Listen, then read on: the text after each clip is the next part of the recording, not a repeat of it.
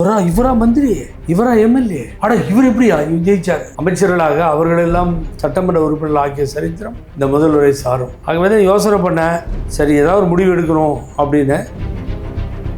மற்ற கூட்டணி தான் அப்ரோச் பண்றோம்னு சொல்லிட்டு இருந்தாங்க. சோஃபா போய் இறங்குது, அதான் மென்ஷன் பண்றாங்க. அங்க ஆதரவு கேட்கறாங்க, ஆதரவு கொடுக்குறாங்க.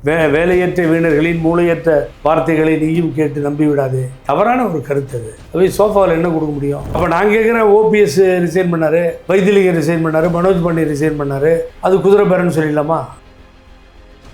ஏன்னா தகுதி நீக்கம் பண்ணியிருக்காரு எடப்பாடி அவர்கள். அந்த 25 எம்எல்ஏ தகுதி நீக்கிறது தூக்கி குப்பையில போட்டு சுல்தான் காலில் போட்டு மிரிங்க. அந்த தகுதி நீக்கல் அற்றையன்ற நான்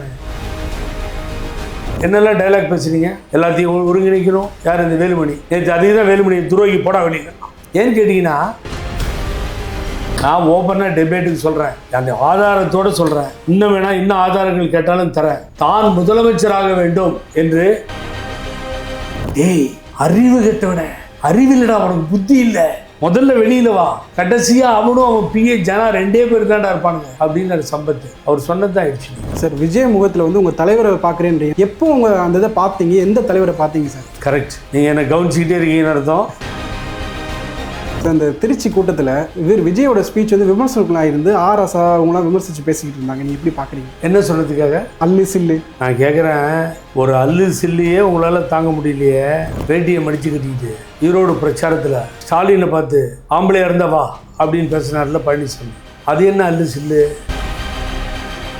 சார்? பல பேர் பல கேள்வி கேட்குறாங்க, ஏன் போய் பழனிசாமியை பார்க்கலன்னு. பழனிசாமியை பார்த்தா அவர் அரசியல் வாழ்க்கையை முடிஞ்சிடும்.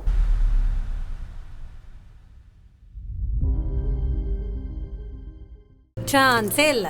பன்னீர்னா இது மட்டும்தான். பன்னீர்னா ஒன்லி மில்கி மிஸ்ட். குளு குளுன்னு காத்து வீசுது. உங்கள் சத்யாவில் குளு குளு ஏசி ஆஃபர். வணக்கம் சார். வணக்கம். டிபேட் டிவி சேனலுக்கும் பார்க்கின்ற நேயர்களுக்கும் நெஞ்சார்ந்த நன்றி. சரி, விஜய்க்கு ஏன் சார் ஆதரவு? யார் ஆதரவு? நீங்கள் ஆதரவு தெரிவிச்சிருக்கீங்க. நல்ல காலம். நீங்கள் வேறு ஏன் ஆதரவு? மக்களை கேட்ட மாதிரி இருந்துச்சு. மக்கள் பூரா ஆதரவு, நாடு பூரா ஆதரவு, எழுச்சியான ஆதரவு. இளைஞர்களுடைய பட்டாளம் எழுந்து நிற்கிறது, ஆர்ப்பரிக்கிறது, ஊரோடு ஒத்துப்போங்க அப்படின்னு சொல்லுவாங்க. பட் இங்கே உங்களுக்கு நான் ஒரு பார்ட்டி ஸ்டார்ட் பண்ணேன், புரட்சி அதிமுகன்னு. அதுக்கு முன்னாடி என்னுடைய எய்ம் பூரா உங்களுக்கு தெரியும், பிஜேபி எதிர்ப்பாக தான் ஆரம்பத்திலேருந்து அந்த பயணத்தை தான் நம்ம மேற்கொண்டோம். அதில் ஸ்டாலின் ஸ்ட்ராங்காக இருந்தார், முன்னாள் முதலமைச்சர், மாற்று கருத்தே கிடையாது. சரி, அப்படி போச்சு. அதுக்கு பின்னாடி பார்த்தீங்கன்னா பிஜேபி ஒழியணும் நம்ம நினச்சோம், ஒழிச்சது விஜயா இருக்கார்.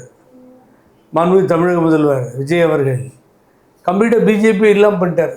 ஒரே ஒரு இடம் உதகையில், அதே முன்ன பின்ன ஆடுற ஒரு சூழ்நிலை வந்துச்சு. ஸோ அதனால் இனி செய்ய வேண்டிய கடமைகளை அவர் செய்து விட்டார். ஸோ வரலாற்று சிறப்புமிக்க வெற்றியாக நான் பார்க்கிறேன். ஏன்னு கேட்டிங்கன்னா, பெருந்தலைவர் காமராஜர், பேரறிஞர் அண்ணா, இப்படி மூத்த தலைவர்களை கொண்ட தமிழகம். அதுக்கு பின்னால் புரட்சி தலைவர் எம்ஜிஆர் அப்படியே வந்தது. அம்மாலாம் என் கட்சியில் அப்புறம் எங்களை வளர்த்து ஆளாக்கினார்கள். ஆனால் இந்த பெரிய தலைவர்கள் இருக்க வரைக்கும் ஓட்டுக்கு காசு கொடுக்கவே இல்லை. அரசியலாக இருந்தது. இப்போ கை சின்னமாக இருக்கும், ரெட்டைலையாக இருக்கும். தலைவர் திண்டுக்கல்லை காலி பண்ணார். இப்படிலாம் உங்களுக்கு வரலாறு தெரியும். மாய்த்தவரை நிற்க வச்சு ரெட்டைலையை இன்ட்ரடியூஸ் பண்ணி அறிமுகப்படுத்தி வெற்றியை பெற்றார். ஆனால் ஒரு 10 பைசா கொடுக்காம ஒரு கட்சியை புதுசாக ஆரம்பித்து செலவே இல்லாமல் தரமாட்டேன் அப்படின்னு சொல்லி வேட்பாளர்களுக்கும் பணத்தை கொடுக்க முடியாதுன்னு சொல்லி அந்த வேட்பாளர்கள் கடினமான நிலையில் இருந்தவர்களெல்லாம் ஜெயிச்சு வந்துட்டாங்க. உண்மையை சொல்லணும்னா நீங்களே ஒத்துக்கிட்டு ஆகணும். யார் யார் எங்கெங்கே சட்டமன்ற உறுப்பினர் உங்களால் சொல்ல முடியுமா? முடியாது. அமைச்சர்கள் யாருன்னு சொல்ல முடியுமா? முடியாது. அதனால் நாதியில்லாரை நாடுதே செய்வோம், ஏழைகளை வாழ வைப்போம், இளைஞர் பட்டாளத்தை கொண்டு வருவோம்னு சொல்லி நம்ம மேடையில் முழங்கணும். அதை அவர் செஞ்சு காமிச்சிட்டார். ஸோ இவரா மந்திரி, இவரா எம்எல்ஏ, இவர் எப்படியா ஜெயிச்சார்? இதால் படம் கிடையாது, அது கிடையாது. அவர்களெல்லாம் மந்திரியாக, அமைச்சர்களாக, அவர்களெல்லாம் சட்டமன்ற உறுப்பினர்கள் ஆக்கிய சரித்திரம் நிச்சயமாக இந்த முதல்வரை சாரும். ஆகவே தான் யோசனை பண்ணேன், சரி ஏதாவது ஒரு முடிவு எடுக்கணும் அப்படின்னு. ஆக எடுக்கும்பொழுது உங்களுக்கு சொல்லுவேன், என்னுடைய ஆதரவு முழுமையாக இந்த அரசுக்கு உண்டு, அதை மாற்றுகிறது. அந்த ஸ்டாலின் மீது இந்த நம்பிக்கை போயிடுச்சா சார்? தோல்விக்கு ஆனதுக்கப்புறம் நம்பிக்கை போயிடுச்சான்னு கேட்குறேன். இல்லை சொல்லணும், நான் வந்து ஆதரவு தான் தெரிவிச்சேனே தவிர அந்த கட்சியில் போய் ஐக்கியமாகலை. இல்லை கட்சியில் ஜாயின் பண்ணல, இருந்தாலும் பல போராட்டங்கள்லேருந்து எல்லாரும் அவங்க திமுகவோட உடன் இருந்தீங்க, பல போராட்டங்களை முன்னெடுத்தீங்க. அந்த நம்பிக்கை போயிடுச்சா சார்? ஸ்டாலின் மேலே வச்சிருந்த நம்பிக்கை போயிடுச்சா? இல்லை அப்படி சொல்ல முடியாது. இப்போ பார்த்தீங்கன்னா அண்ணன் அன்பு சகோதரர் திருமாவளவன் விடுதலை சிறுத்தைகள் கட்சி, அப்புறம் யூஎம்எல் கட்சி, அப்புறம் இடதுசாரிகள். காங்கிரஸ் போனது வேற கதை. விடுதலை சிறுத்தைகள் அது, அப்புறம் மூணாவது வந்து இடதுசாரிகள் போனாங்க.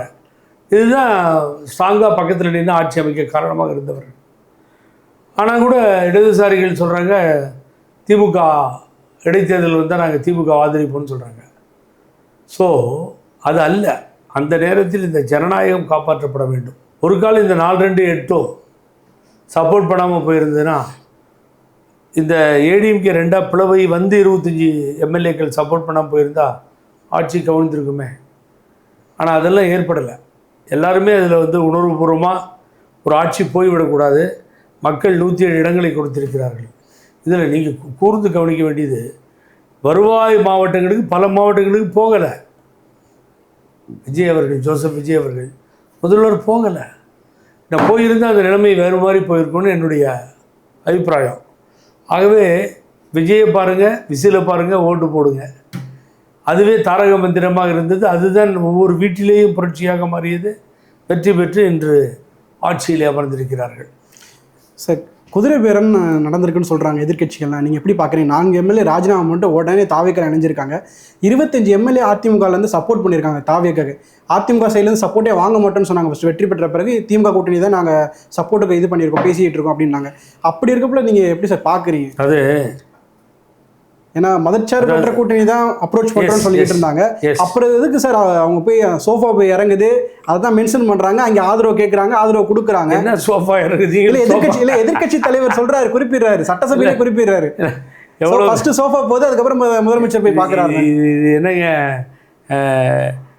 இடி இடிச்ச மின்னல் மின்னொன்னே இடி இடிக்கும், யானை வரும் முன்னே அது ஓசை வரும் முன்னே யானை வரும் பின்னேன்னுவாங்க.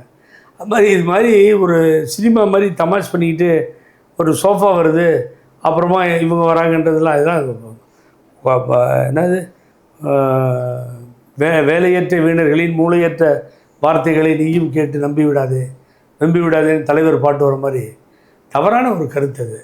அவை சோஃபாவில் என்ன கொடுக்க முடியும் சார்? விஜய் பொறுத்தவரை, முதல்வரை பொறுத்தவரை யாருக்கும் 10 பைசா கொடுக்கலைங்க. இந்த குதிரை பேரம், ஒட்டக பேரம் அதெல்லாம் அவர் ரெடியாக இல்லை, கொடுக்குறதுக்கு தயாராக இல்லை. கொடுக்காதன்னு இன்ஸ்ட்ரக்ஷனை கொடுத்துட்டாரு, எனக்கு தெரியும், க்ளோஸ் வட்டாரத்திலேருந்து. ஆகவே அது பொய்யான ஒன்று, அதை நம்ப வேண்டாம். எந்த குதிரை பேரமும் நடக்கலை. அப்போ நான் கேட்குறேன், ஓபிஎஸ் ரிசைன் பண்ணார், வைத்திலிங்கம் ரிசைன் பண்ணார், மனோஜ் பாண்டி ரிசைன் பண்ணார். அப்போ ரிசிக்னேஷன் பண்ணிட்டு போய் சேர்ந்தாங்க டிஎம்கேல எலெக்ஷன் டைமில்.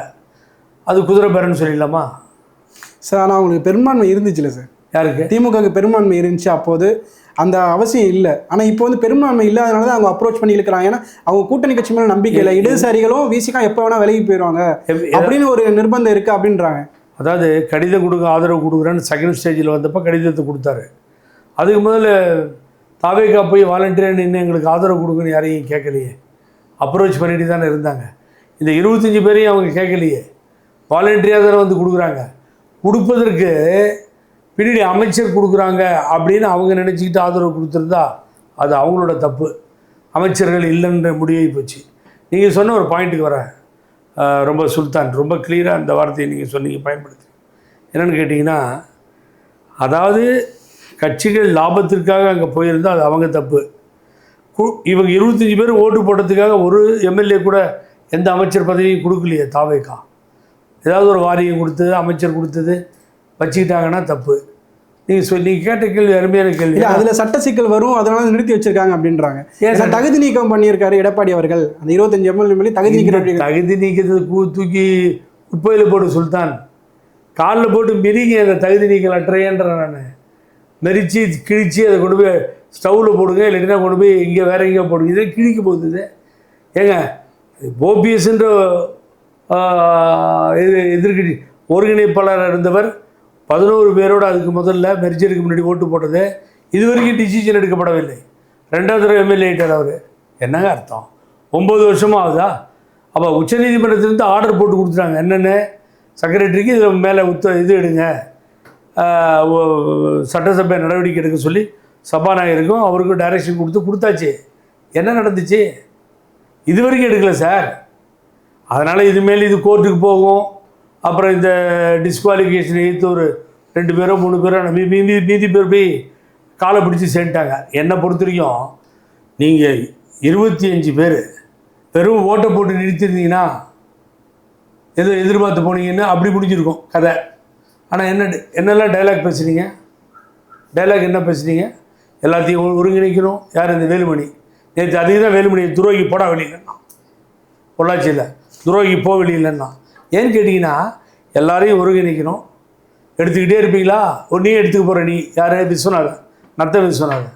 ஸோ எல்லோரும் ஒன்றா சேர்ந்துட்டோம், எடப்பாடி பழனிசாமி தூக்கி போகிறோம். இல்லை சார், சில விமர்சனம் குறிப்பிடுறாங்க, எடப்பாடி வந்து ஒரு மாஸ்டர் பிளான் போட்டிருக்காரு. CV சண்முகத்தை விஜய் காலி பண்ணுறக்கு வேலுமணி அனுப்பிச்சு ஒரு மாஸ்டர் பிளான் போட்டிருக்காங்க. நீங்கள் எப்படி பார்க்குறீங்க அது? இந்த நீ எத்தனையோ பேரை காலி பண்ணியாச்சு. ஒருத்தர் 2 பேர் இல்லை. நகமும் சதையுமாக இருந்த நிழலும் உருவமாக இருந்த செம்மலையே நீங்கள் காலி பண்ணிட்டீங்க. யாரை விட்டு வச்சிங்க? அதுக்கு இவரை காலி பண்ணுறதுக்கு 25 பேர் போய் தாவேக்கா கூட்டு போடணுமா? சுல்தான், நீ அவர் காலி கட்சி விட்டு எடுத்துகிட்டு போய் வேண்டித்தர. இப்போ அதானே பண்ண, மாவட்ட சேலஞ்சு எடுத்த. அதை எடுத்துகிட்டு போகிறத விட்டு இந்த நாடகம் ஏன்? நாடகமும் இல்லை, ஒன்றும் இல்லை. நான் ஓப்பனாக டிபேட்டுக்கு சொல்கிறேன், அந்த ஆதாரத்தோடு சொல்கிறேன். இன்னும் வேணால் இன்னும் ஆதாரங்கள் கேட்டாலும் தரேன். தான் முதலமைச்சராக வேண்டும் என்று மக்களால் தேர்ந்தெடுக்கப்படாத ஒரு மனிதர், 3வது இடத்தில் இருந்தவர் செய்த முயற்சி தான் இத்தனை கேடு, இத்தனை விஷயத்துக்கு காரணம் தான். முதலமைச்சராகனு நான் அப்பயே முடிவுக்கு வந்துட்டார். கொஞ்சம் இந்த டிஎம்கே ஷேக் ஆகிடுச்சு. வந்து வெளியில் என்ன சொன்னார்? அந்த கட்சியினுடைய செய்தி தொடர்பாளர், அவர் அன்பு சகோதரர் TK இளங்கோவன் இவரோ வெளியில் வந்து சொன்னாங்கல்ல, நீ ரொம்ப நீட்டாக சொன்னாங்க. தலைவர் என்ன முடிவெடுக்கிறாரோ அதை கட்டுப்படணும், நாம் ஆட்சிக்கு வர வேண்டும் என்று முடிவெடுத்தாலும் ஒப்புக்கொள்ள வேண்டும்லாம் சொன்னாங்கல்ல. அப்போ இதெல்லாம் எங்கே ஏற்பட்டுச்சு? எங்கே பிறந்துச்சு? அது யார் காரணம்? இதுக்கெல்லாம் காரணம் எடப்பாடி பழனிசாமி.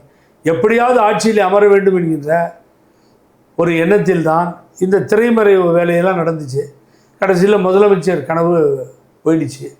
எப்படிங்க 3வது இடத்துலேருந்து வர முடியும்? இந்த தினகரன் ஒருத்தர் வீணாக போனவர் இருக்கார் தெரியுமா உங்களுக்கு? கம்ப்ளீட்டாக காலி. இப்போ அவர் PA ஒருத்தர் இருப்பார், ஜனா 2 பேர் தான் இருக்கிறாங்க. எல்லாமே இந்த நிலைமை ஒரு காலத்தில் வரும் அப்படின்னாரு. ஒரு ஜோக்கா ஒன்று சொல்கிறேன், என்னென்னா மானாமதுரையில் ஒரு வக்கீல் இருந்தார். அப்போது இந்த தினகரனை திகார் ஜெயிலிருந்து காப்பாற்றிட்டு வந்து நானும் அண்ணன் சம்பத்தும் பிரச்சாரம் போனப்போ, அப்போ அந்த வக்கீல் என்ன பண்ணார்? சம்பத்துக்கு ஃபோன் பண்ணி, அண்ணன் என்னென்ன இப்படி பண்ணிட்டீங்க, திடீர்னு அண்ணனை விட்டு போயிட்டீங்க, புகழேந்தி இங்கே இருக்கார், நீங்கள் போயிட்டீங்க, போகலாமான்னு.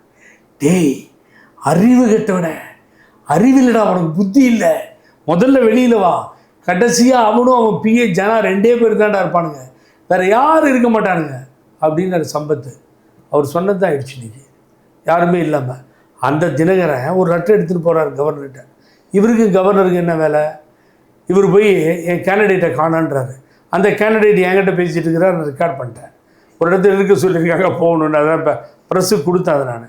அவர் அந்த கேண்டிடேட் வந்து நம்ம S. காமராஜ், அவர் ரெடியாகி போகிறதுக்கு ரெடி ஆகிட்டார். ஒரு MLA இருந்தார் போகிறதுக்கு.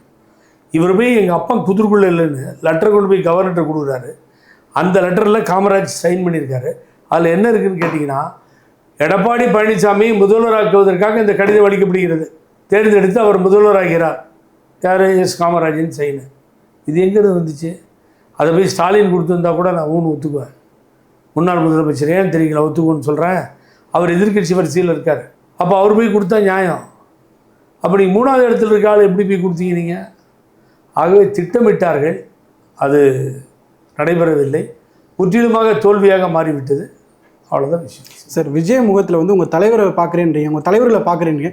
எப்போ உங்கள் அந்த இதை பார்த்தீங்க? எந்த தலைவரை பார்த்தீங்க சார்? கரெக்ட், நீங்கள் என்னை கவனிச்சிக்கிட்டே இருக்கீங்கன்னு அர்த்தம்.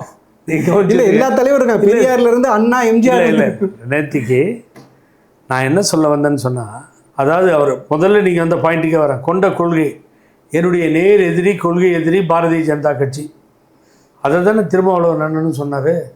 அதுதானே IMU சொன்னிச்சு. திமுக கூட சேர்ந்து இந்த இடதுசாரிகளும் அதில் தானே நிற்கிறாங்க.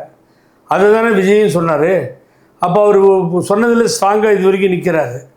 அதுதான் எங்களுடைய அம்மாவுடைய கொள்கை. ஆனா தமிழ் தாய் வாழ்த்து ஃபர்ஸ்டா பாடலேன்னு விமர்சனம் வச்சுக்கிட்டு இருக்காங்க எதிர்க்கட்சி. அதாவது அதான் ஏன்னா திமுக அரசாங்கம் தான் என்ன பண்ணியிருப்பாங்க. நேத்தி அதை பாடிட்டாங்க திருச்சி கூட்டத்தில். ஆனாலும் இது அறியாமை. என்னென்னா நியாயமாக பேசணும். அது ஒரு ஜீவோ மாதிரி ஒரு சட்டத்தை கொண்டு வந்து மத்திய அரசு என்கிட்ட இருக்குது. ஃபஸ்ட்டு வந்து தமிழ் தாய் வாழ்த்து கிடையாது, வந்தே மாதரம், அப்புறமா 3வது தான் இது அப்படின்னு கொண்டு வந்து வச்சுட்டாங்க. ஜனகணமனெல்லாம் பாடி. அப்போ இது வந்து ஆளுநர் வந்து பதவியேற்பு செஞ்சு வைக்கணும். அது வரைக்கும் யார் பாஸு? ஆளுநர் தான் பாஸு. ஆளுநர்கிட்ட கெஞ்சி கூத்தாடி தான் ஸ்டேடியத்தை வாங்கினது. அப்போ நான் ஆளுநர் போய் உட்காந்த உடனே நான் பதவி ஏற்றுக்க மாட்டேன், அந்த தமிழ் தாய் வாழ்த்து பாட சொல்லுவேன் நான் கேட்க முடியும்? ஸோ பேசிக்காகவே அது எப்படி வந்தது என்பது பின்னர் தான் ஆராயப்படுகிறது. பின்னர் தான் அவருக்கு புரிய வருது. இப்போ பிரைம் மினிஸ்டர் போய் பார்த்த உடனே சொல்லிட்டாரு, முதல்ல தமிழ் தாய் வாழ்த்து தான் பாடுவோம், மேகதாது பிரச்சனையை சரி பண்ணுங்கன்னு சொல்லி. ஆகவே அது கூட மோடி கிட்ட தான் போய் பெர்மிஷன் வாங்கிட்டு வந்து தான் பேசுகிறாரு அப்படின்றாங்க. இந்த வேறு வழி இல்லையே, மோத முடியாது, மோதிக்கிட்டு தான் இருக்குது கேட்கணும். நாங்கள் இனிமேல் தமிழ் தாய் வாழ்த்து தான் முதல்ல பாடுவோன்னு யார்கிட்ட போய் சொல்ல முடியும்? அறிவாலயத்தில் போய் முன்னாள் முதல்வர்கிட்டையோ இல்லை வீணாபுரம் எடப்பாடி பழனிசாமி கணக்கிலேயே இல்லை விஜய்க்கு அங்கேயே போய் சொல்ல முடியாது. நீங்கள் சொல்ல வேண்டிய இடம் எங்கேயோ அங்கே இதுதான் நாங்கள் அதை தான் பாடுவோம் அப்படின்னு சொல்லிட்டு தான் வந்திருக்கார். தப்பு இல்லை.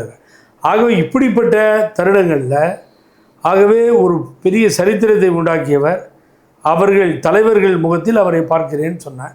அது நேற்று அவர் சொல்லிட்டாரு, எம்ஜிஆர் நானும் ஒன்றும் இல்லை, தலைவர் தான், அவர் வழியில் நான் வரேன் அப்படின்றது நேற்று ஜோசப் விஜய் திருச்சி கூட்டத்தில் முதல்வர் அழகாக சொல்லிட்டாரு.